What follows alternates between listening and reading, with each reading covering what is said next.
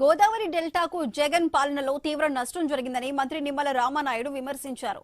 ముంపు పరిష్కారం lidar survey కోసం 13.4 కోట్లు మంజూరు చేస్తామన్నారు. లాకులు, గేట్ల మరమ్మతులకు సమగ్ర డిపిఆర్ తయారు చేయాలని ఆదేశించామని నిమ్మల తెలిపారు. ప్రతి ఎకరాకు నీరిచ్చి రాష్ట్రాన్ని సస్యశ్యామలం చేయాలని సీఎం చంద్రబాబు ఆశయంగా పెట్టుకున్నారని చెప్పారు. గతంలో పంచాయతీ నిధులన్నీ కూడా డైవర్ట్ చేసేశారు ఆ రోజు జగన్మోహన్ రెడ్డి. ఆ సమయంలో పంచాయతీలో పనిచేసేటువంటి సిబ్బందికి కూడా జీతాలు ఇవ్వలేక సర్పంచులు భిక్షాటన చేసుకునేటువంటి పరిస్థితి గత ప్రభుత్వంలో మనందరం కూడా చూసాం. ఆ రోజు ఒక బ్లీచింగ్ డబ్బులు లేవు, ఒక మంచినీళ్ళు చెరువుల దగ్గర అక్కడ నీటి శుద్ధి కోసం శాండ్ మార్చాలంటే డబ్బులు లేవు. పంచాయతీల దగ్గర చిల్లి గవ్వ కూడా లేకుండా 5 సంవత్సరాలు వాళ్ళని ఉత్సవ విగ్రహాలుగా గత ప్రభుత్వం మార్చేస్తే ఈ రోజు కేంద్రం ఇచ్చేటువంటి నిధులు గాని, రాష్ట్రం ఇచ్చేటువంటి నిధులు గాని డైరెక్ట్ గా ఈ రోజు పంచాయతీలకు ఇస్తూ